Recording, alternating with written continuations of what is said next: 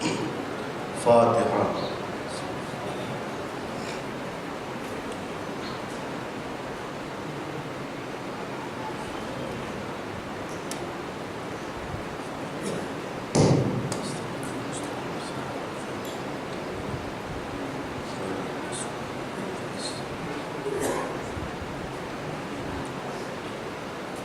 اعوذ باللہ من الشیطان الرجیم،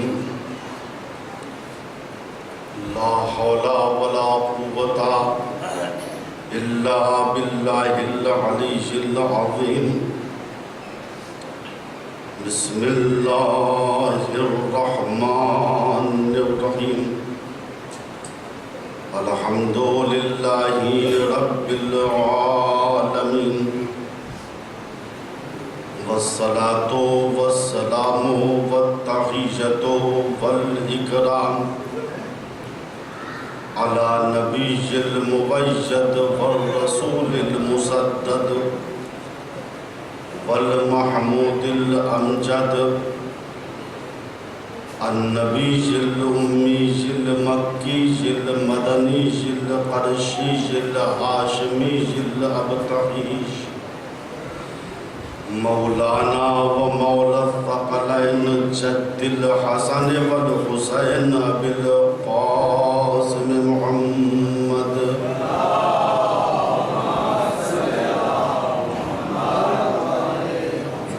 ثم الصلاة على آلہ الطیبین الطاہرین المعصومین المظلومین، من الآن إلى قیام یوم الدین، اما بعد فقد قال اللہ الحکیم، بسم اللہ الرحمن الرحیم، الذین یبلغون رسالات اللہ ویخشونہ ولا یخشون احدا الا اللہ وَكَفَى بِاللَّهِ حَسِيبًا۔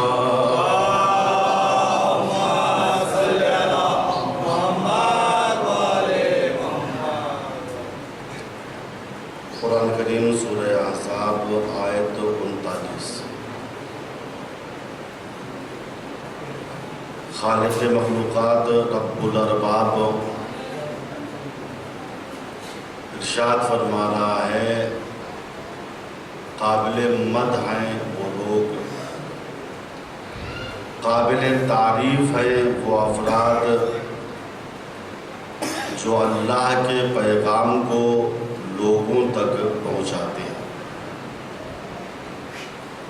اور اللہ کا خوف اپنے دل میں رکھتے ہیں اور اللہ کے علاوہ کسی سے نہیں ڈرتے۔ ایسے لوگوں کے حساب کے لیے، اجر دینے کے لیے اللہ کافی ہے۔ چونکہ اسلام اچھائیوں کا گلدستہ ہے، لہذا اس گلدستے کے پھول کو، انسانیت کو ہدیہ دینا ہم سب کا فریضہ ہے۔ پیغام خدا، احکام خدا، اس کے پہنچانے کے لیے صرف عالم کا فریضہ نہیں ہے، ہم سب کا فریضہ ہے، ہم سب پہ واجب ہے کہ ہم سب احکام خدا کو، دین خدا کو لوگوں تک پہنچائیں۔ عزیزو، احکام خدا اور پیغام خدا میں ایک اہم پیغام ہے خود قرآن کا سمجھنا اور قرآن کا پڑھنا۔ یہ قرآن جو ماحصل توریت و زبور و انجیل ہے، تمام آسمانی کتابوں اور صحیفوں کا مجموعہ ہے قرآن۔ اگر ہم نے قرآن کو سمجھ لیا، علیکم السلام، ہم نے قرآن پر عمل کر لیا تو ہم کامیاب ہو گئے۔ لیکن کبھی ایسا ہوتا ہے کہ گھر میں دوا موجود ہے لیکن ہم ادھر ادھر بھٹکتے رہتے ہیں، گھر میں شفا موجود ہے لیکن ہم اغیار کے دروازے پر سر پٹکتے رہتے ہیں۔ قرآن دوا ہے، قرآن شفا ہے، اسی کو سورہ اسراء میں کہا گیا وَنُنَزِّلُ مِنَ الْقُرْآنِ مَا هُوَ شِفَاءٌ وَرَحْمَةٌ لِّلْمُؤْمِنِينَ۔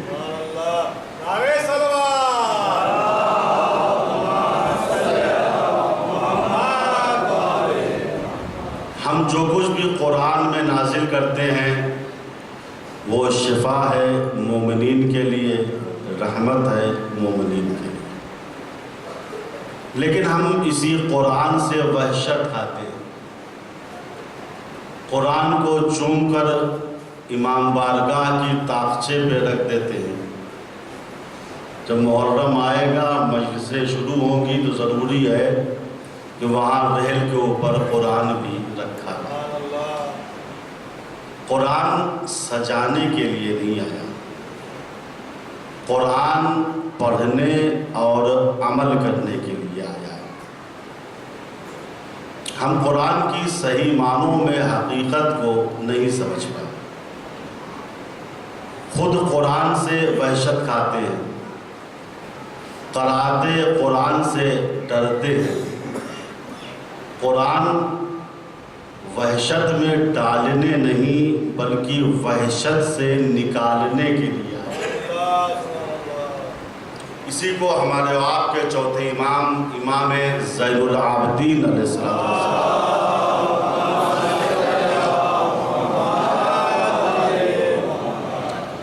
اس طریقے سے ارشاد فرماتے ہیں لو ماتا من بین المشرق والمغرب لمستوحشت بعد ان یکون القرآن معی۔ آپ فرما رہے ہیں اگر مشرق و مغرب کے سارے افراد مر جائیں، دنیا میں ایک سناٹا ہو، وحشت ہو کا عالم ہو، تاریکی اور اندھیرا ہو، تو مولا فرماتے ہیں اگر میرے ہاتھ میں ایک نسخہ قرآن ہو تو میں مشرق سے لے کر مغرب تک چلا جاؤں گا اور مجھے ڈر نہیں لگے گا۔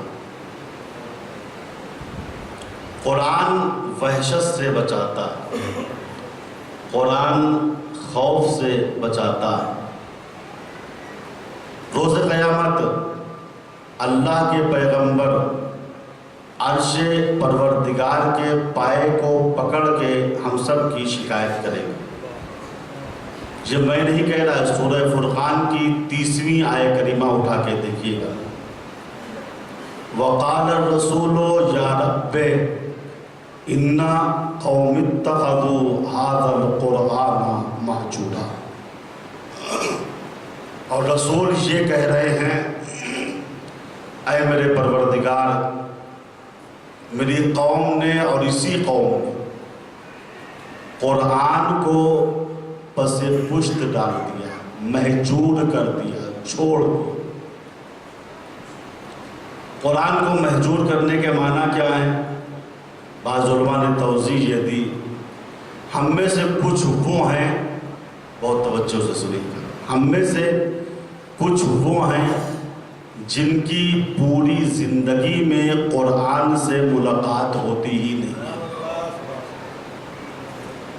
کچھ وہ ہیں جو صرف ماہ مبارک رمضان میں قرآن سے ملاقات کرتے ہیں۔ اللہ پاک کا مہینہ آ گیا ہے، تھوڑا سا اللہ پاک کی کتاب کو پڑھ لیا جائے، قرآن کا ایک دورہ رکھ لیا جائے۔ کچھ وہ ہیں جو الفاظ قرآن کو پڑھتے ہیں مگر معنی قرآن کو نہیں سمجھتے۔ کچھ وہ ہیں جو الفاظ قرآن کو بھی پڑھتے ہیں، معنی قرآن کو بھی سمجھتے ہیں، لیکن قرآن پر عمل نہیں کرتے۔ یہ سارے وہ لوگ ہیں جن کی شکایت روز قیامت اللہ کے پیغمبر عرش پروردگار کے پائے کو پکڑ کے کر رہے ہیں۔ وقال الرسول، اور رسول یہ کہیں گے یا رب، اے میرے پروردگار، اِنَّا قَوْمِ اتَّخَذُوا هَذَا الْقُرْآنَ مَهْجُورًا، میری قوم اور اسی قوم نے قرآن کو مہجور کر دیا، ترک کر دیا، چھوڑ دیا، اس پر عمل پیرا نہیں۔ چونکہ ہم نے قرآن کی اہمیت ہی کو نہیں سمجھا۔ ہم نے سمجھا اگر دین کو چھوڑ کر، احکام کو چھوڑ کر، قرآن کو چھوڑ کر یہ کام کر لیا تو بڑا پروفٹ ہے۔ بچے کو قرآن پڑھا کے کیوں وقت ضائع کرائیں، انگلش میڈیم میں ایڈمیشن کرا دیں، بہت کمائے گا۔ کیا واقعہ ایسا ہے؟ قرآن پڑھائیے انگلش میڈیم میں، کوئی حرج نہیں ہے، لیکن بچہ جوان ہو جاتا ہے، ادھیڑ ہو جاتا ہے، بوڑھا ہو جاتا ہے، انگلش فرٹاٹے کے ساتھ بولتا ہے، کہ ذرا کہیے قرآن کی 2 آیتیں پڑھ دو، وہ مولانا ابا جان نے ہم کو پڑھایا ہی نہیں تھا، مولوی صاحب ملے ہی نہیں تھے۔ نہیں عزیزو، قرآن خزانہ ہے۔ القرآن غنا لا غنا بعدہ، قرآن ایک خزانہ ہے جس سے بڑھ کے کوئی خزانہ ہے ہی نہیں۔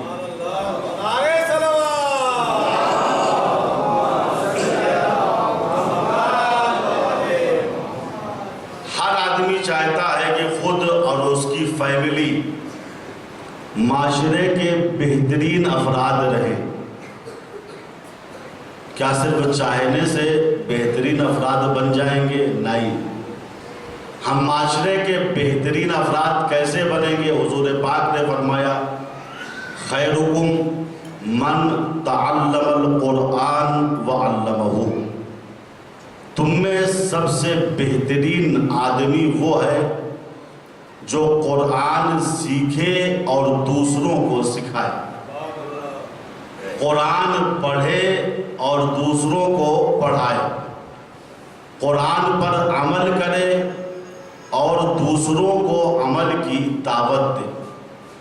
عزیزو، ہم دنیاوی اعتبار سے بڑی زحمتیں کرتے ہیں، بڑی مشقتیں اٹھاتے ہیں کہ اپنے گھر میں روشنی کریں، بہترین قسم کا بلب لگاتے ہیں، بہترین قسم کے کمکموں سے گھر کو روشن کرتے ہیں۔ یہ مادی روشنی ہے۔ مادی روشنی کے ساتھ معنوی روشنی کا ہونا بہت ضروری ہے۔ ہو سکتا ہے ایک گھر میں، اس دنیا میں ایک گھر میں 1000 واٹ کی چند مرکریاں چل رہی ہوں، لیکن وہ گھر آسمان والوں کی نگاہوں میں تاریک رہتا ہے۔ اس کے برخلاف ہو سکتا ہے ایک گھر میں 1 روپے والی شمع جل رہی ہو، لیکن وہ گھر آسمان والوں کی نگاہوں میں، فرشتوں کی نگاہوں میں، قدسیوں کی نگاہوں میں ستارے کے مانند جگمگا رہا ہوتا ہے۔ وہ کون سا گھر ہے؟ حضور پاک فرماتے ہیں اے مسلمانوں، نوروا بیوتکم بتلاوت القرآن، اپنے گھروں کو روشن کرو تلاوت قرآن کے ذریعے۔ قرآن نور ہے، جب نور کو گھر میں داخل کرو گے، اس کی تلاوت کرو گے تو تمہارا گھر نورانی ہو جائے گا۔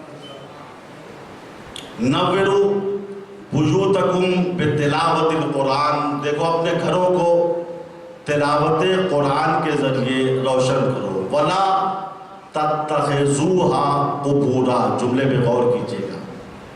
حضور کہہ رہے ہیں اپنے گھروں کو تلاوت قرآن کے ذریعے روشن کرو اور گھروں کو قبرستان مت بناؤ۔ قبرستان میں کیا ہوتا ہے؟ قبرستان میں ہوتا یہ ہے کہ انسان جا کے قیامت تک کے لیے سو جاتا ہے، یہی ہوتا ہے۔ اگر گھر بھی انسان کا ایسا ہی ہو، باہر سے تھکا ماندہ ہوا انسان آئے اور سو جائے کھٹ سے، تو یہ گھر حضور پاک کی نگاہ میں قبرستان ہے۔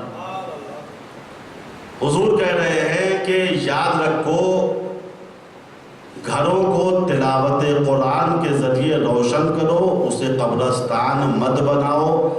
جس طریقے سے یہودیوں اور عیسائیوں نے کیا، وہ اپنی نمازیں، اپنی کتاب کی تلاوتیں اپنے معبد قدے میں کرتے رہے اور گھروں کو چھوڑ دیا۔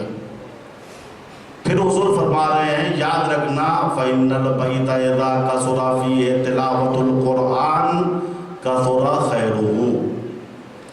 جس گھر میں تلاوت قرآن کثرت کے ساتھ ہوتی ہے، اس کی خیر و برکت میں بھی بڑی جلدی اضافہ ہو جاتا ہے۔ وَعَزَاءَ، یہ اہم جملہ ہے، وَعَزَاءَ لِأَهْلِ السَّمَاءِ كَمَا تُضِيءُ نُجُومُ السَّمَاءِ لِأَهْلِ الدُّنْيَا۔ جس گھر میں قرآن کی کثرت کے ساتھ تلاوت ہوتی ہے، وہ گھر آسمان والوں کی نگاہوں میں اس طریقے سے جگمگاتا ہے جس طریقے سے زمین والوں کی نگاہوں میں آسمان کے ستارے جگمگاتے ہیں۔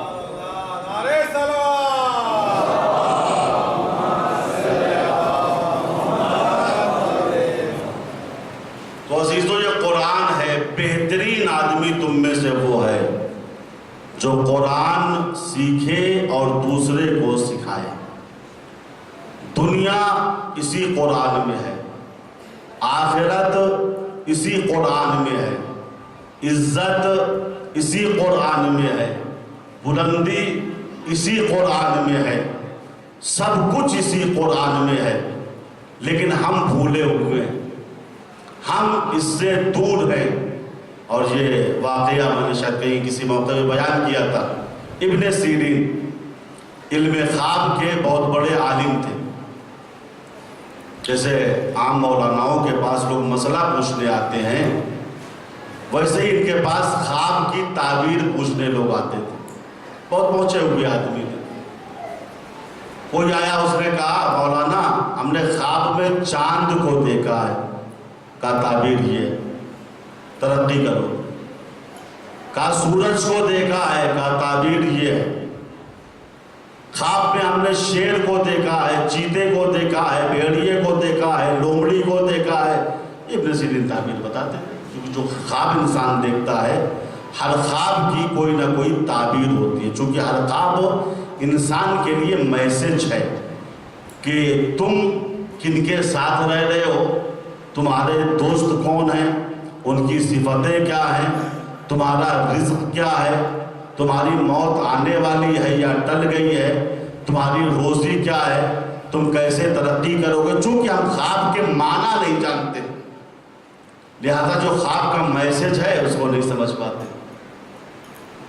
تو ابن سیرین کے پاس لوگ آتے تھے اور کہتے تھے حضور ہم نے یہ خواب میں دیکھا ہے، وہ خواب میں دیکھا ہے۔ ایک شخص آیا، اس نے خواب میں دیکھا تھا کہ میری دنیا و آخرت کھو گئی ہے۔ ابن سیرین سے کہا مولانا یہ بتائیے، میں نے یہ خواب دیکھا ہے کہ میری دنیا اور آخرت دونوں کھو گئی۔ ابن سیرین کے لیے یہ عجیب و غریب خواب تھا، ایسا خواب آج تک کسی نے نہیں دیکھا تھا۔ سوچنے لگے کہ آپ بیٹھ جاؤ، سب کی تعبیر بتا دیں گے، اس کے بعد تمہاری نوبت آئے گی۔ یہ شخص بیٹھا ہوا تھا، لوگ آتے رہے، تعبیر خواب پوچھتے رہے، جاتے رہے۔ آخر میں ایک آدمی آیا، اس نے کہا ابن سیرین میں نے خواب میں یہ دیکھا ہے کہ کسی کی دنیا اور آخرت مجھ کو مل گئی۔ ایک دم اپوزٹ خواب۔ اس نے کیا خواب میں دیکھا تھا کہ میری دنیا و آخرت کھو گئی۔ اس نے خواب میں کیا دیکھا تھا، کسی کی کھوئی ہوئی دنیا اور آخرت مجھے مل گئی۔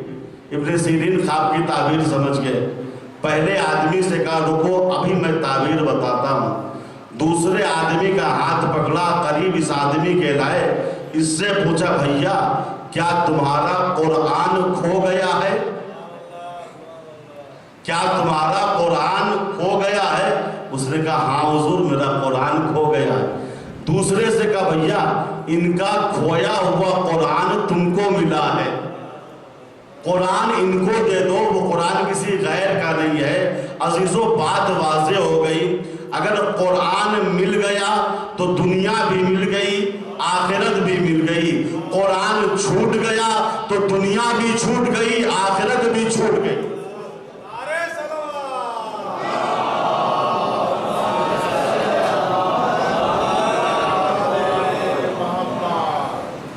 تو قرآن میں دنیا بھی ہے، قرآن میں آخرت بھی ہے۔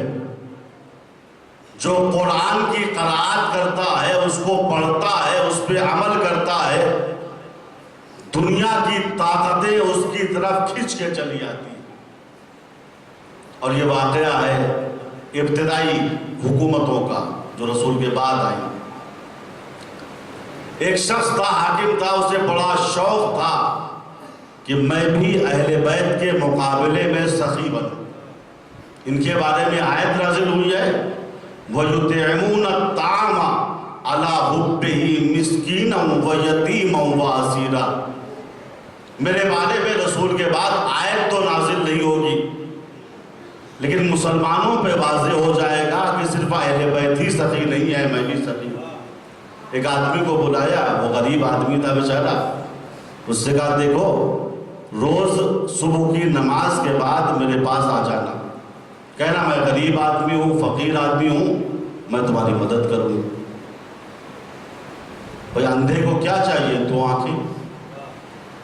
یہ بیچارہ غریب آدمی صبح سویرے دوسرے دن حاکم صاحب کے پاس پہنچ گیا۔ ابھی جماعت ختم ہوئی تھی، حضور میں غریب آدمی ہوں، میری مدد کر دیجئے۔ انہوں نے مصلی کے نیچے سے ایک درہم نکالا، کہا بسم اللہ۔ اس نے درہم لیا اور لے کے چلا گیا۔ دوسرا دن پھر نمودار ہوا، نماز صبح کے بعد پھر وہ آدمی حاضر، حاکم صاحب میں غریب آدمی ہوں، کہا لو۔ تیسرے دن، چوتھے دن، اچھا مسجد والے بھی سمجھ رہے ہیں صاحب ہمارے حاکم صاحب تو بڑے سخی ہیں، بڑے مومن ہیں، بڑے اللہ والے ہیں، صبح کی شروعات صدقے سے کرتے ہیں۔ لیکن یاد رکھیے گا عزیزو، اصلی سخاوت اور ہے، نقلی سخاوت اور ہے۔ اصلی پھول اور ہوتا ہے، بنایا ہوا پھول اور ہوتا ہے۔ جو چیز نقلی ہوتی ہے ایک دن اس کی قلعی کھل جاتی ہے۔ بیان کرتے ہیں ایک دن حاکم صاحب کا کچھ موڈ صحیح نہیں تھا، گھر سے اپنا کچھ لڑائی جھگڑا ہوا تھا، مسجد میں آئے نماز کے بعد، حسب معمول یہ غریب آدمی پہنچ گیا، حضور غریب آدمی ہوں، اللہ کے نام پر دے دیجئے۔ دیکھیے عزیزو، جیسے اس نے یہ کہا، کبھی ایسا ہوتا ہے کہ غلط آدمیوں کی زبان پہ صحیح بات آ جاتی ہے۔ انہوں نے کہا میاں تم کو کیا ہو گیا ہے، صبح سویرے روز میرے دروازے پہ آ جاتے ہو، یہ صبح کا وقت اللہ سے مانگنے کا وقت ہے، جاؤ قرآن پڑھو، قرآن تم کو مجھ سے اور میری نسلوں سے بے نیاز کر دے گا۔ وہ آدمی بھی غریب تھا لیکن غلیظ نہیں تھا۔ اس نے کہا تو صحیح، آئندہ میں آپ کے دروازے پہ نہیں آؤں گا۔ گھر گیا، قرآن کا ایک نسخہ لیا، مسجد میں آگے قرآن پڑھنے لگا۔ 2-3 دن گزر گئے، یہ آدمی حاکم صاحب کے بجائے مسجد جاتا تھا، وہاں قرآن پڑھتا تھا۔ اب حاکم صاحب کو تشویش ہوئی، یہ کیا ہوا، ایک ہی آدمی بڑی مشکل سے پھنسا تھا، وہ بھی نکل گیا، اب صبح سویرے لوگ نہیں دیکھتے میں صدقہ دوں۔ اب یہ تلاش کرتے ہوئے اس غریب آدمی کو اس کے گھر آئے، گھر والوں سے پوچھا فلاں شخص کہاں ہے؟ کہا کئی دن ہو گئے، وہ تو اپنا صبح سویرے مسجد چلے جاتے ہیں، پورے دن بیٹھ کے وہاں قرآن پڑھتے ہیں۔ اب حاکم صاحب گھر سے مسجد کی طرف چلے، اس آدمی کو تلاش کیا جائے۔ عزیزو یہ ہے قرآن کا لاشعوری معجزہ۔ جب تک یہ آدمی قرآن چھوڑے ہوا تھا در در کی ٹھوکریں کھا رہا تھا، ان کے اور ان کے سامنے ہاتھ کو پھیلا رہا تھا، لیکن جب اس نے قرآن کے دامن کو تھام لیا تو وقت کا حاکم خود اس کو ڈھونڈتا ہوا آ رہا ہے۔ حاکم صاحب مسجد میں آئے، دیکھا مسجد کے گوشے میں وہ قرآن پڑھ رہا ہے، اس کے قریب گئے، فلاں شخص، اس نے توجہ ہی نہیں کیا، وہ تو اللہ کی بارگاہ میں تھا، قرآن پڑھ رہا تھا۔ انہوں نے کونی ماری اس کو، ارے میں ہوں، میری طرف دیکھو۔ اس نے نظروں کو اٹھایا، اچھا آپ ہیں؟ کہا اس دن اصل میں موڈ صحیح نہیں تھا ہمارا، اب آؤ ایک کے بجائے میں روز 2 درہم دوں گا۔ ایک مرتبہ اس غریب انسان نے ہاتھ جوڑ کے کہا حضور آئندہ میں آپ کے دروازے پہ نہیں آؤں گا۔ کہا کیوں؟ کہا آپ ہی نے تو کہا تھا جاؤ قرآن پڑھو، قرآن تم کو مجھ سے اور میری نسلوں سے بے نیاز کر دے گا۔ میں قرآن پڑھ رہا ہوں اور واقعاً قرآن نے مجھ کو آپ سے اور آپ کی نسلوں سے بے نیاز کر دیا ہے۔ حاکم بھی بڑے چالاک تھے، کہا ٹھیک ہے یہ بتاؤ قرآن کی کس آیت کے بعد تم نے یہ فیصلہ کیا ہے کہ میرے دروازے پہ نہیں آؤ گے؟ اس نے کہا حضور میں قرآن پڑھ رہا تھا، جب سورہ زاریات کی اس آیت کریمہ پہ پہنچا کہ اللہ سورہ زاریات میں اہل زمین کو مخاطب کر کے کہہ رہا ہے وَفِي السَّمَاءِ رِزْقُكُمْ وَمَا تُوعَدُونَ، اے اہل زمین تمہارا رزق تمام وعدوں کے ساتھ آسمان پہ ہے۔ تو حاکم صاحب میں سوچ میں پڑ گیا کہ میرا رزق وعدوں کے ساتھ آسمان پر ہے اور میں اہل دنیا کے سامنے ہاتھ پھیلاؤں؟ آئندہ میں آپ کے دروازے پہ نہیں آؤں گا۔ عزیزو نقلی سخاوت تھی، راز کھل گیا، لیکن عزیزو اس دنیا میں ہم نے ایسے اللہی مزاج، خدائی مزاج، ایسے سخی بندوں کو دیکھا ہے جن کے دروازے پہ صرف زمینی مخلوق نہیں آسمانی مخلوق بھی کبھی یتیم بن کے، کبھی اسیر بن کے، کبھی مسکین بن کے نظر آتی تھی۔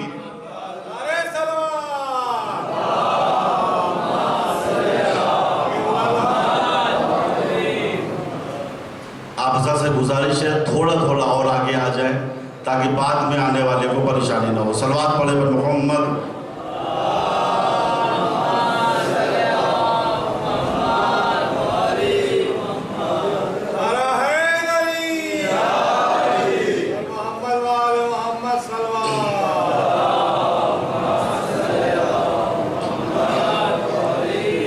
تو عزیزو قرآن خزانہ ہے، قرآن استغنا ہے۔ جس کے پاس قرآن ہے توفیق تلاوت ہے، دنیا بھی اسی کے پاس ہے، آخرت بھی اسی کے پاس ہے۔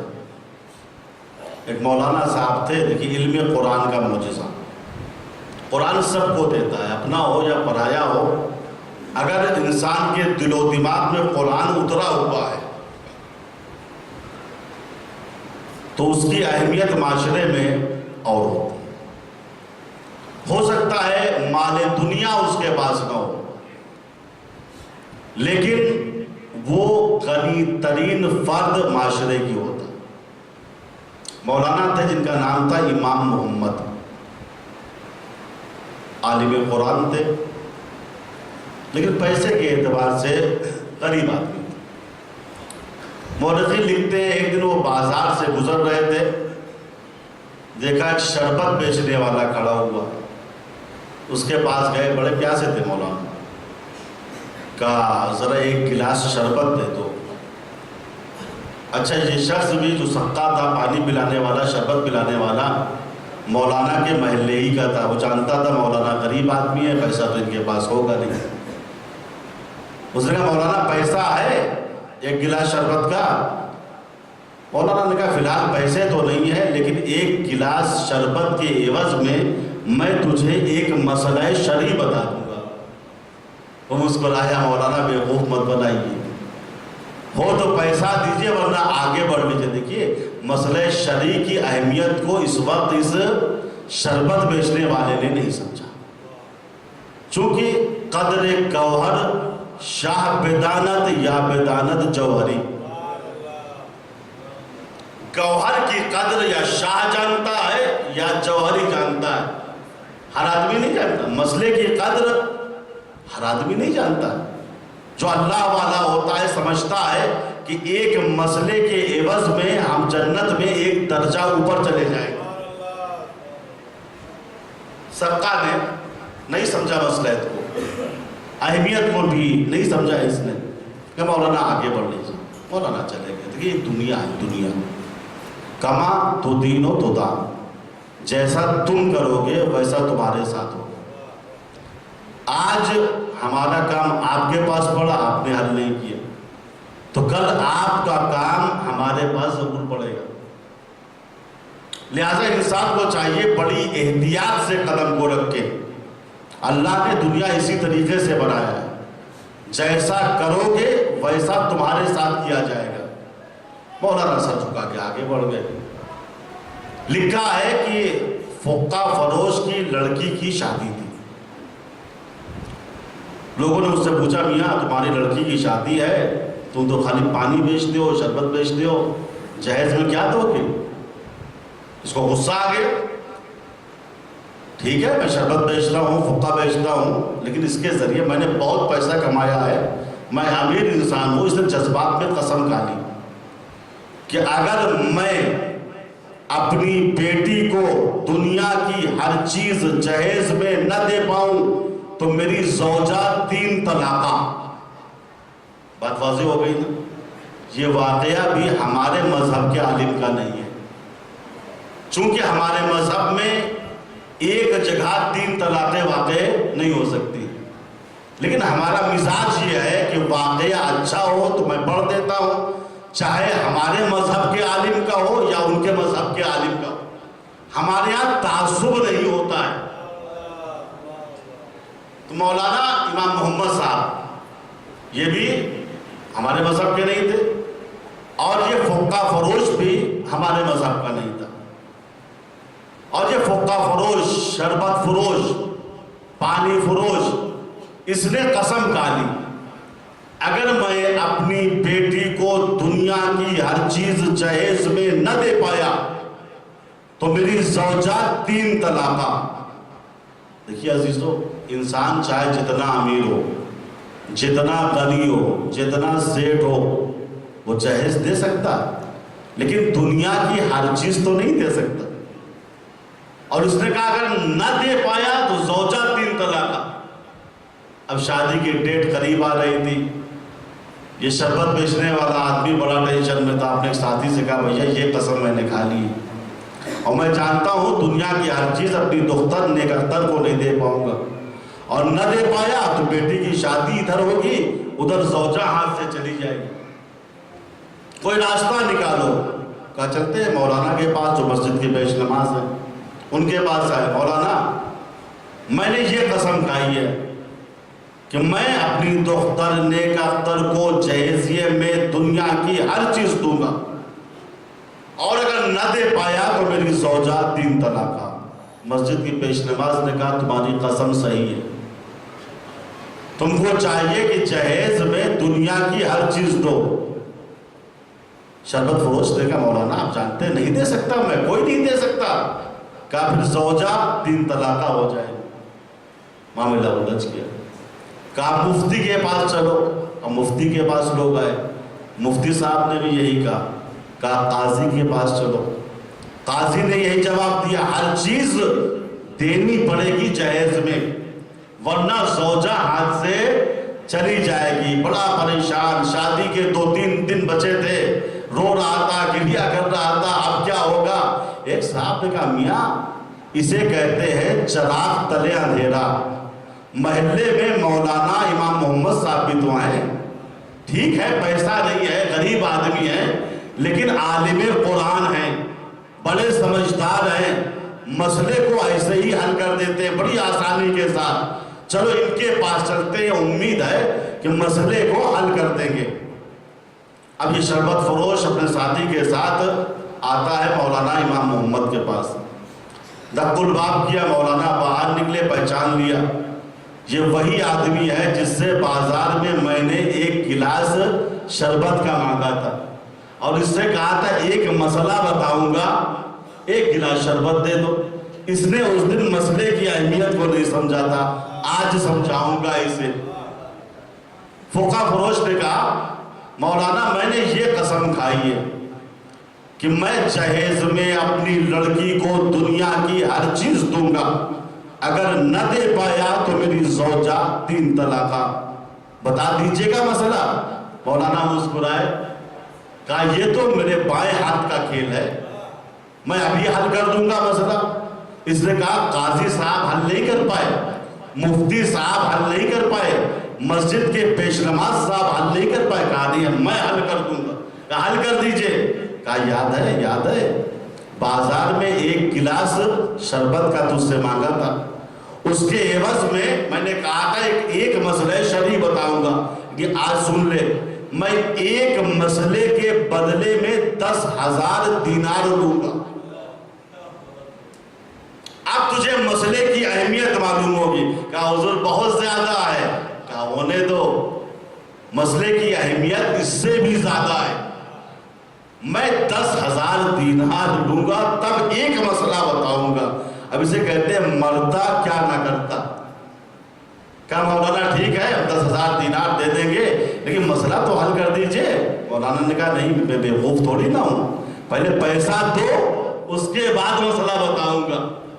وہ بیچارہ کر گیا، 10,000 دینار لایا، مولانا کے حوالے کیا۔ مولانا نے جب دینار کو جیب میں رکھ لیا، کہا باہر نکلو۔ کہا کیوں حضور؟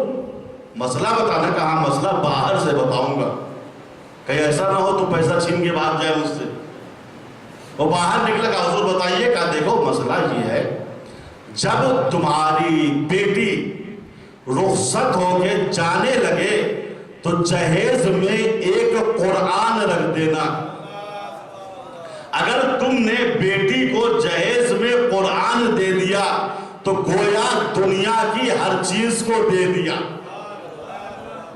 عزیزو یہ مسئلہ جب قاضی کے سامنے آیا، اس نے کہا مولانا امام محمد نے ٹھیک کہا ہے، قاضی نے بھی کہا ٹھیک کہا ہے، مفتی نے بھی کہا ٹھیک کہا ہے، مسجد کے پیش نماز نے بھی کہا ٹھیک کہا ہے، چونکہ قرآن دنیا اور ما فیہا سے افضل ہے۔ عزیزو آج ہمارے معاشرے میں یہ بحث ہوتی ہے جہیز میں کیا دیا جائے گا، کیا لیا جائے گا۔ عزیزو ان بحثوں سے نکل آئیے، صرف یہ دیکھیے اگر کسی بچی کو جہیز میں قرآن ملا ہے تو اسے دنیا کی ہر چیز مل گئی ہے، اگر قرآن نہیں ملا تو کچھ بھی نہیں ملا۔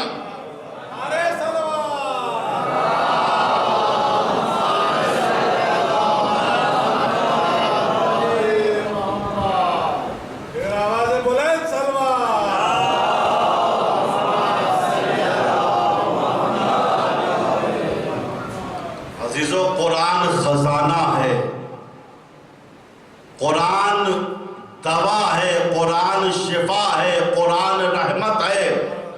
وَنُنَزِّلُ مِنَ الْقُرْآنِ مَا هُوَ شِفَاءٌ وَرَحْمَةٌ لِّلْمُؤْمِنِينَ۔ قرآن کہہ رہا ہے ہم جو کچھ بھی نازل کرتے ہیں قرآن میں وہ شفا ہے مومنین کے لیے، رحمت ہے مومنین کے لیے، یہ ظالمین کے لیے نقصان دہ ہے۔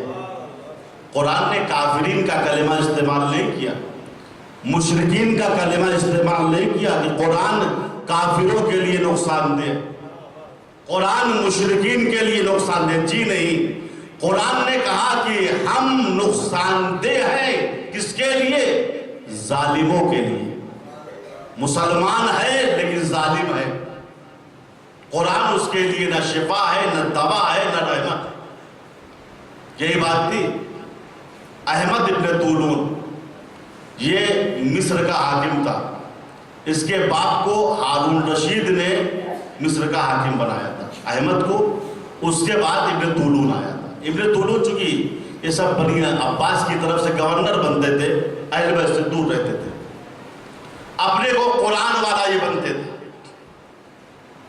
کہا احمد ابن طولون مر گیا، اس کے لیے ایک قاری قرآن کا انتظام کیا گیا کہ 40 دن تک شب و روز اس کی قبر پہ وہ قاری قرآن پڑھے. مصر کے بہترین قاری کا انتظام ہوا.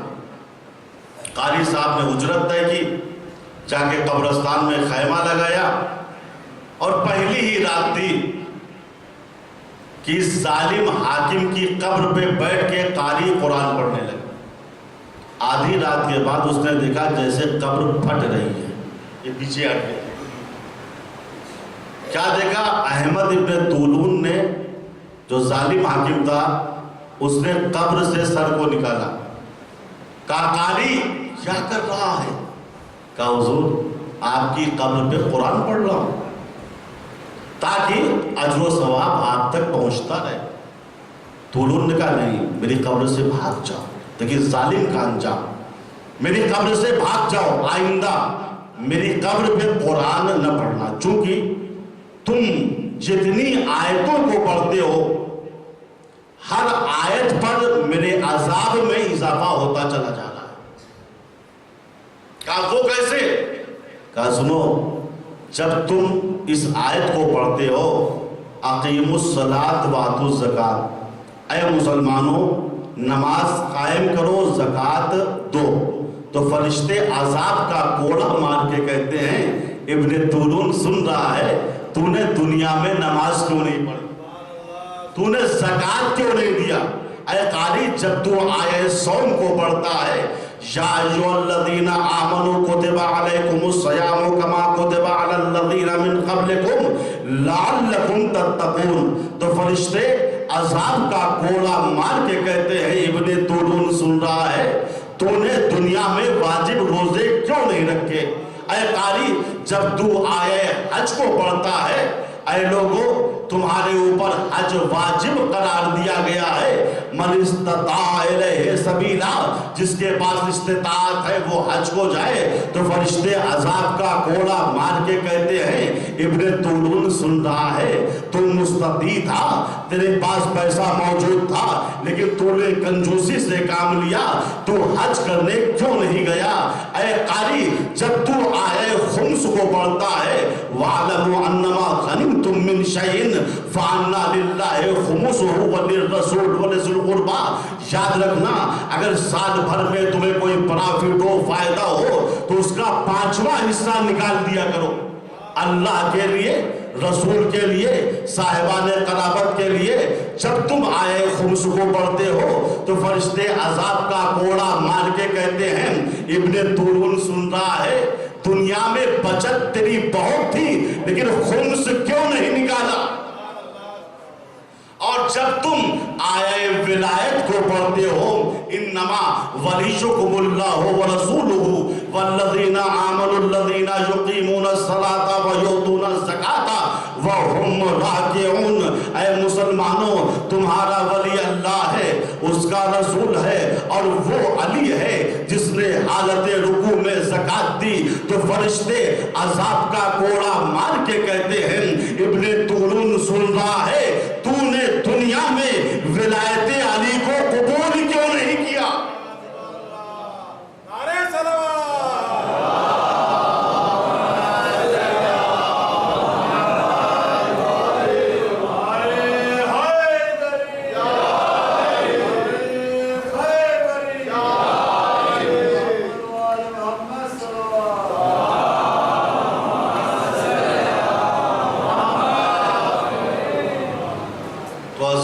قرآن خزانہ ہے. بہترین آدمی وہ ہے جو قرآن پڑھے اور دوسروں کو پڑھائے. رسول کی پوری زندگی قرآن میں اتری ہوئی تھی. اسی لیے بعد نبی ایک زوجہ نبی سے ایک صحابی نے سوال کیا کہ ہم نے نبی کی پوری زندگی نہیں دیکھی، آپ بتائیے نبی کا اخلاق کیا تھا، نبی کی عادتیں کیا تھی، نبی کا مزاج کیا تھا؟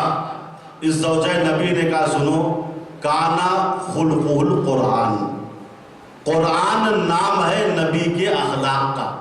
قرآن پڑھتے جاؤ، نبی کے اخلاق کو سمجھتے جاؤ. بھائی نبی نے قرآن کے ذریعے اخلاق کو پھیلایا. ایک مرتبہ اللہ کے پیغمبر گھر میں تشریف فرما تھے، ایک اعرابی آیا، یعنی دیہات کا رہنے والا. اس نے تقل بات کیا، نبی لکھا ہے اس طریقے سے نکلے کہ لال رنگ کی چادر اوڑھے ہوئے تھے. کیسی چادر؟ لال رنگ. جب اس شخص نے دیکھا نبی لال چادر اوڑھے ہوئے ہیں، نیچے سے اوپر تک نبی کو دیکھا، کہا حضور یہ عمر 60-62 سال کی اور یہ جوانوں کا کپڑا آپ کے لیے زیبا نہیں ہے. یہ لال کپڑا تو جوانوں کا کپڑا ہے، آپ پہنے ہوئے. حضور پاک مسکرائے، مسکرا کے کہا اے اعرابی، کیا تجھ کو میری جوانی میں شک ہے؟ میں بھی جوان باپ کا بیٹا اور جوان بھائی کا بھائی ہوں.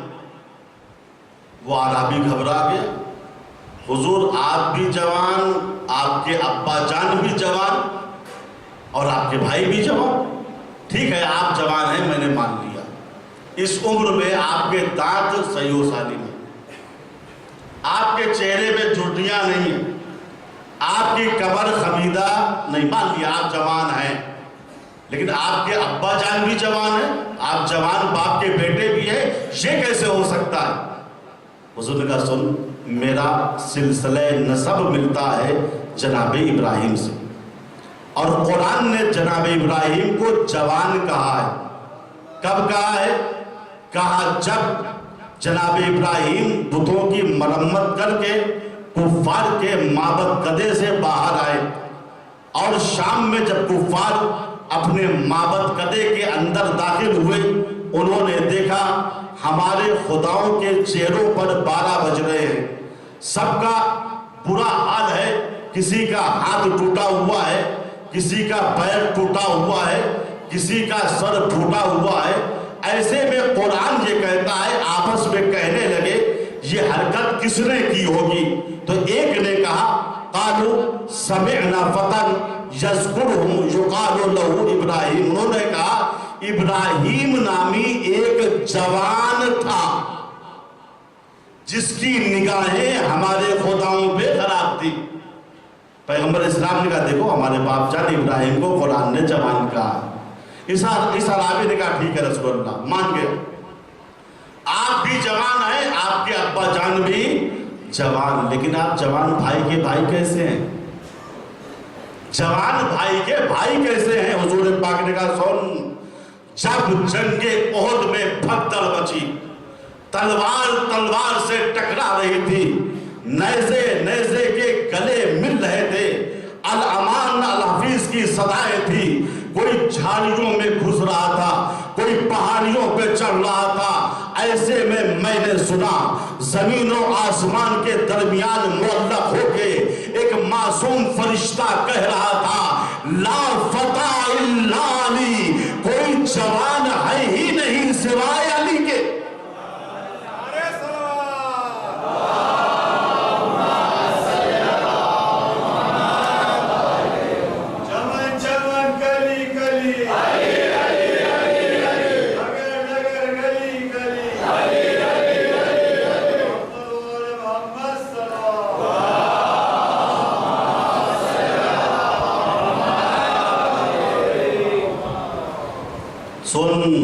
جب بھگدڑ مچی ہوئی تھی، الامان الحفیظ کی صدائیں تھی، علی دلیرانہ اللہ کی راہ میں جہاد کر رہے تھے. کبھی دشمن کی صف اول پہ حملہ کرتے تھے، کبھی صف آخر پہ حملہ کرتے تھے، کبھی میمنے پہ حملہ کرتے تھے، کبھی میسرے پہ حملہ کرتے تھے، کبھی قلب لشکر پہ حملہ کرتے تھے. تو فرشتے نے زمین و آسمان کے درمیان معلق ہو کے آواز دی لا فتى الا علی، کوئی جوان ہے ہی نہیں سوائے علی کے. کیا واقعاً علی کے علاوہ میدان احد میں کوئی جوان نہیں تھا؟ بڑے بڑے باڈی بلڈر لوگ ٹہل رہے تھے، بڑے بڑے بلے والے لوگ ٹہل رہے تھے، لیکن معصوم زبان ہے، خطا نہیں کر سکتی. معصوم فرشتے نے صرف یہ کہا لا فتح الا علی، کوئی جوان نہیں ہے جز علی کے. کہا یہ کیسے ہو سکتا ہے، جوان تو بہت تھے. کہا جوان تھے مگر کوئی علی جیسا نہیں تھا. اے بھیا جب علی جیسا کوئی نہیں تو نبی جیسا کہاں سے آ گیا؟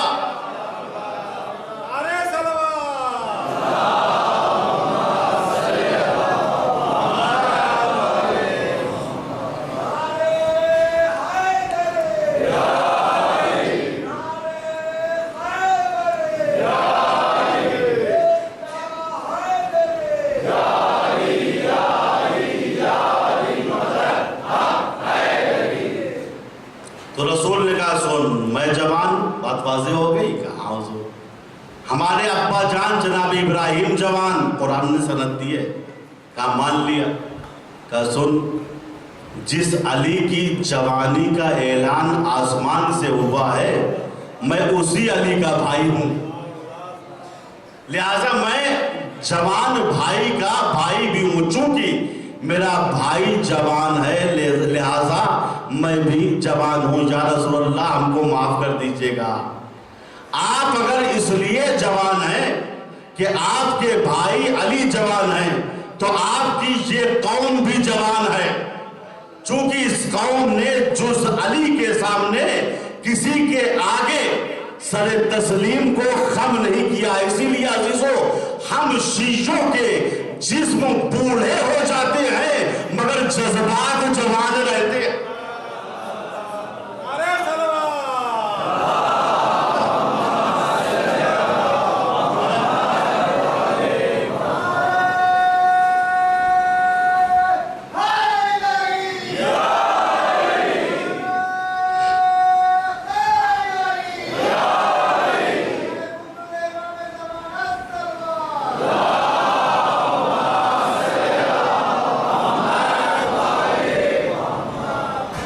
بس یہی بات رک کے ایک روایت اور سن لیجئے. جوان ہے کون آخر؟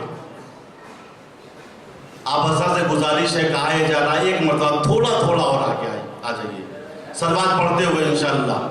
آئیے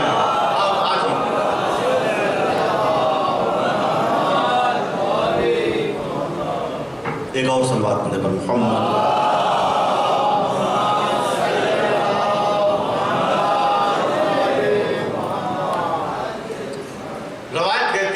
دیکھیے جوان ہے کون، بہت توجہ سے سنو. چھٹے امام جعفر صادق علیہ السلام.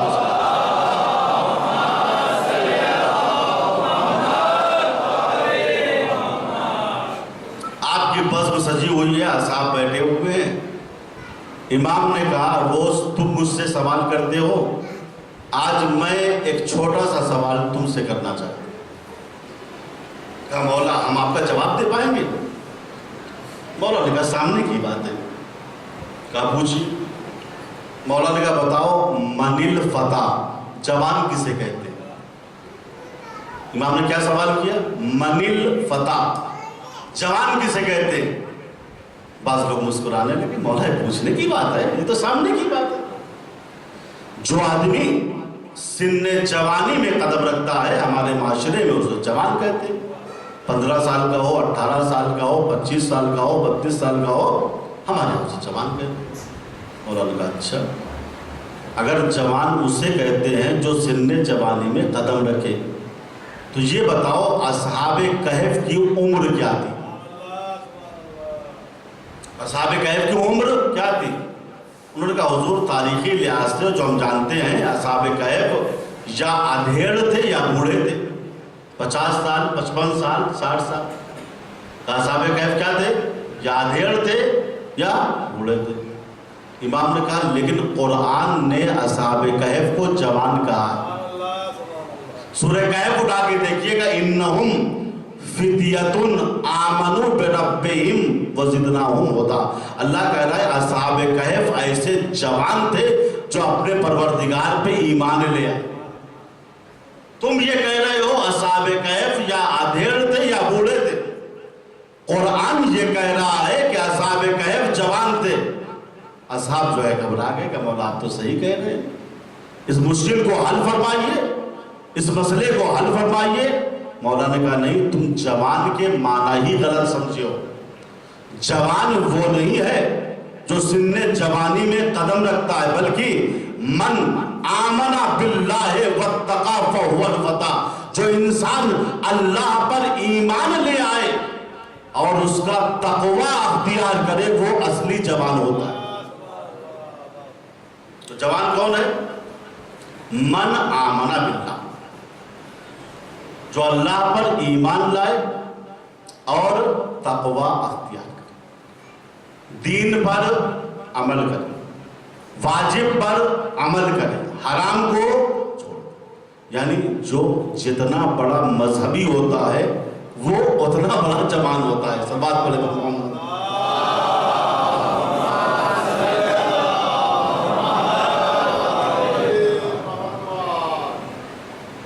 جس کا ایمان جتنا قوی ہو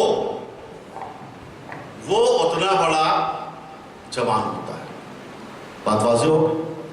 ہم علی اکبر کو جوان کیوں کہتے ہیں؟ اس لیے نہیں کہتے کہ آپ کی عمر 18 سال کی تھی، آپ نے سن جوانی میں قدم کو رکھا تھا، جی نہیں۔ میں سمجھتا ہوں آپ کو جوان کہنے کی وجہ یہ ہے کہ آپ نے کربلا میں حق کا ساتھ دیا تھا، ایمان آپ کے وجود میں راسخ ہو چکا تھا، بولتے تھے تو ایسے بولتے تھے جیسے رسول بول رہے ہیں، چلتے تھے تو ایسے چلتے تھے جیسے رسول چل رہے ہو۔ بہت بڑی بات ہے، 18 سال کی عمر میں علی اکبر کا ایمان و تقوی ایسا تھا کہ انہوں نے اپنے کو رسول جیسا بنا دیا تھا۔ یہی بنا تھی جب امام کا قافلہ کربلا جا رہا تھا اور امام کا گزر قصر بنی مقاتل سے ہوا، تو روایت کہتی ہے امام مظلوم کی آنکھ گھوڑے پہ بیٹھے بیٹھے لگ گئی۔ جب امام کی آنکھ کھلی تو آپ نے 3 مرتبہ کہا انا للہ و انا الیہ راجعون۔ علی اکبر نے گھوڑے کو آگے بڑھایا، بابا کے پاس آئے، کہا بابا کلمہ استرجاع حق ہے، انا للہ حق ہے، لیکن اس عالم میں جب آپ خواب سے بیدار ہو رہے ہیں تو انا للہ پڑھتے ہوئے بیدار ہو رہے ہیں، کیا وجہ ہے؟ امام نے کہا بیٹا گھوڑے پہ بیٹھے بیٹھے میری آنکھ لگ گئی تھی، میں نے خواب دیکھا ایک غیبی آواز آ رہی ہے کہ قافلہ حسینی موت کی طرف جا رہا ہے اور موت قافلہ حسینی کی طرف آ رہی ہے، اس وجہ سے میں نے کہا انا للہ و انا الیہ راجعون۔ اس جواب کو سننے کے بعد علی اکبر کا ایمان دیکھیے، علی اکبر نے صرف ایک سوال کیا، بابا اولسنا علی الحق، کیا ہم حق پر نہیں ہیں؟ حسین نے کہا قالا بلا، بیٹا اگر ہم حق پر نہیں ہوں گے تو پھر کون حق پر ہوگا؟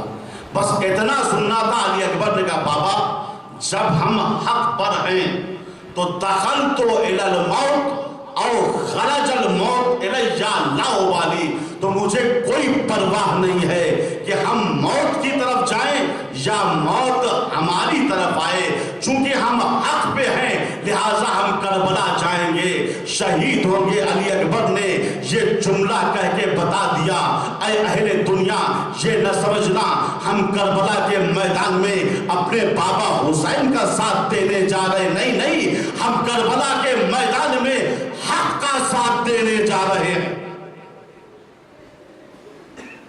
یہ ہے علی اکبر کا ایمان۔ عزادارو علی اکبر کا ماتم کرنا ہے، 6 محرم ہے۔ علی اکبر کی شہادت کی مصیبت کوئی چھوٹی موٹی مصیبت نہیں ہے۔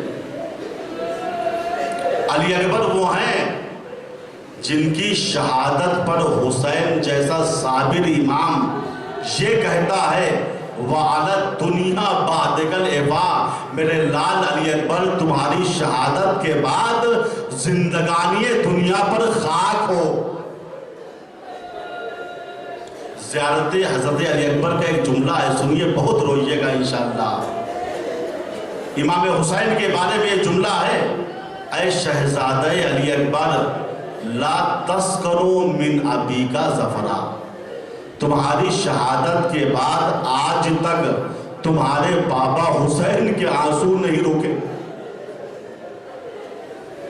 اجرکم علی اللہ۔ حسین صابر تھے، سردار جنت تھے، امام تھے، معصوم تھے، مرد تھے، تب علی اکبر کی شہادت کے بعد آپ کا یہ عالم تھا کہ آج تک حسین کے آنسو نہیں رکے۔ ذرا سوچو علی اکبر کے بعد اس ماں کا کیا حال ہوا ہوگا جس نے پوری رات جاگ کر علی اکبر کو پالا تھا، جو معصوم نہیں تھی، سردار جنت نہیں تھی، امام نہیں تھی۔ اسی لیے صاحب معالی الصبتین لکھتے ہیں شہادت علی اکبر کے 1 سال کے بعد ایک غریب الوطن مسافر کا گزر محلہ بنی ہاشم سے ہوا۔ اس کے کانوں میں ایک بی بی کی درد میں ڈوبی ہوئی رونے کی آواز آئی۔ مسافر کے چلتے ہوئے قدم رک گئے، منتظر تھا پتہ لگائے اس گھر میں کس جوان کی موت ہوئی ہے۔ تھوڑی دیر کے بعد گھر سے ایک بچہ نکلا، مسافر بچے کے قریب گیا، کہا شہزادے بتاؤ کیا اس گھر میں آج کسی جوان کی موت ہو گئی ہے؟ بچہ خاموش رہا، کوئی جواب نہیں دیا۔ پھر اس مسافر نے کہا شہزادے آپ بتاتے کیوں نہیں؟ کیا آج اس گھر میں کسی جوان کی موت ہو گئی ہے؟ بچے نے کہا مسافر میں کیا بتاؤں، ٹھیک ہے جوان کی موت ہوئی ہے لیکن آج نہیں، آج سے 1 سال پہلے جوان کے سینے میں برچھی کی علی ٹوٹ گئی تھی۔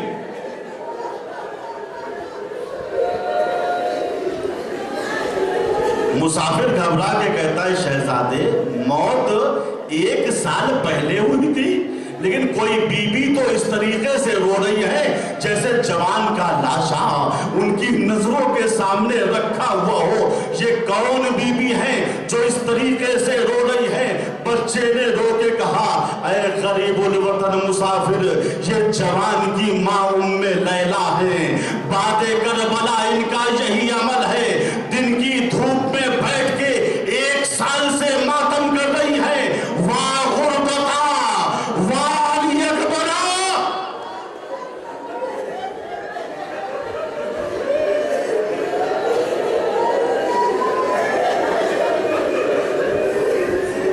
اجرکم علی اللہ، یہ ہے علی اکبر۔ لکھا ہے جب کوئی نہ بچا علی اکبر آئے، کہا بابا اجازت دے دیجئے۔ علامہ شوشتری فرماتے ہیں حسین کے سامنے اجازت دینے کے علاوہ کوئی چارہ نہ تھا۔ حسین نے علی اکبر کو اجازت تو دے دی مگر خود حالت احتضار میں آ گئے۔ فَنَّظَرَ إِلَيْهِ نَظَرَ آیَسٍ، حسین نے اکبر پہ ایک مایوسانہ نظر ڈالی۔ عزادارو، باپ اپنے بیٹے کو، جوان بیٹے کو کئی نظروں سے دیکھتا ہے۔ اگر بچہ کامیاب ہو جاتا ہے تو باپ اپنے جوان کو خوشی کی نظروں سے دیکھتا ہے۔ خدا نہ کرتا کسی کا بچہ دشمنوں کے نردے میں گر جائے، اسے خطرہ لاحق ہو جائے تو باپ اپنے جوان کو خوف کی نظروں سے دیکھتا ہے۔ اور خدا نہ کرتا کسی کا جوان اس دنیا سے جانے لگے، حالت احتضار میں آ جائے تو باپ اپنے جوان کو مایوسانہ نظروں سے دیکھتا ہے۔ حسین نے کربلا کے میدان میں اپنے جوان پہ نظر ڈالی۔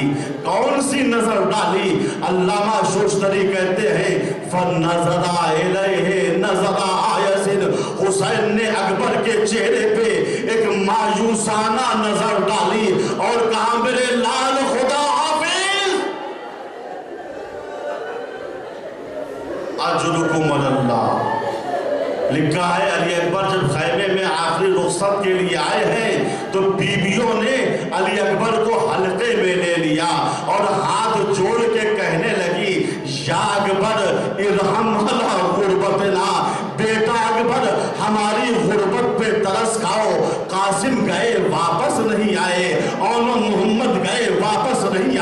عباس گئے واپس نہیں آئے، میرے لال اب تم بھی جا رہے ہو۔ آخر میں علی اکبر اس طریقے سے خیمے سے باہر نکلے ہیں جیسے بھرے گھر سے جنازہ نکلتا ہے۔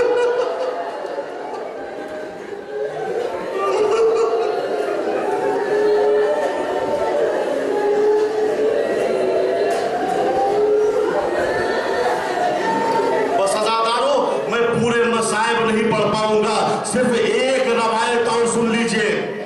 علامہ فاضل بسطامی اپنی کتاب امواج البکا میں لکھتے ہیں، ثانیہ زہرا جناب زینب روایت کرتی ہیں، جب علی اکبر جا رہے تھے تو میں نے دیکھا میرے بھیا حسین سے علی اکبر کچھ وصیت کر رہے ہیں، اور نہ جانے علی اکبر نے کیا کہا کہ میرا بھیا حسین برداشت نہ کر پایا، تھر تھرایا اور غش کھا کر زمین پہ گر گیا۔ جناب زینب کہتی ہیں بچپن سے لے کر کربلا تک میرا بھائی حسین بہت رویا ہے، لیکن روتے روتے کبھی غش کھا کر زمین پہ نہیں گرا۔ جب ماں سیدہ کی شہادت ہوئی تھی میرا بھائی حسین بہت رویا تھا، لیکن روتے روتے غش کھا کر نہیں گرا تھا۔ جب بابا علی کے سر پہ ضربت لگی تھی میرا بھائی حسین بہت رویا تھا، لیکن روتے روتے غش کھا کر زمین پہ نہیں گرا تھا۔ جب امام حسن کے جگر کے 72 ٹکڑے ہوئے تھے میرا بھائی حسین بہت رویا تھا، لیکن روتے روتے غش کھا کر زمین پہ نہیں گرا تھا۔ لیکن نہ جانے آخری وقت میں، رخصت کے وقت میں علی اکبر نے کیا کہا، میرا بھیا برداشت نہ کر پایا، غش کھا کے زمین پہ گر گیا۔ میں آگے بڑھی، جب غشی سے بھیا کو افاقہ ہوا میں نے رو کے کہا بھیا حسین، علی اکبر نے کیا کہہ دیا وقت رخصت، آپ برداشت نہ کر پائے۔ حسین نے رو کے کہا بہن زینب، علی اکبر نے ایک ایسا جملہ کہا جس سے میرا کلیجہ کٹ کے رہ گیا۔ علی اکبر نے مجھ سے وصیت یہ کی، بابا آپ سردار جنت ہیں، آپ معصوم ہیں، آپ امام ہیں، آپ صابر ہیں، آپ میری شہادت کا غم برداشت کر لیں گے، مگر ہائے میری ماں ام لیلا جو امام نہیں ہے، معصوم نہیں ہے، اہل بیت میں سے نہیں ہے، وہ میرے بعد زیادہ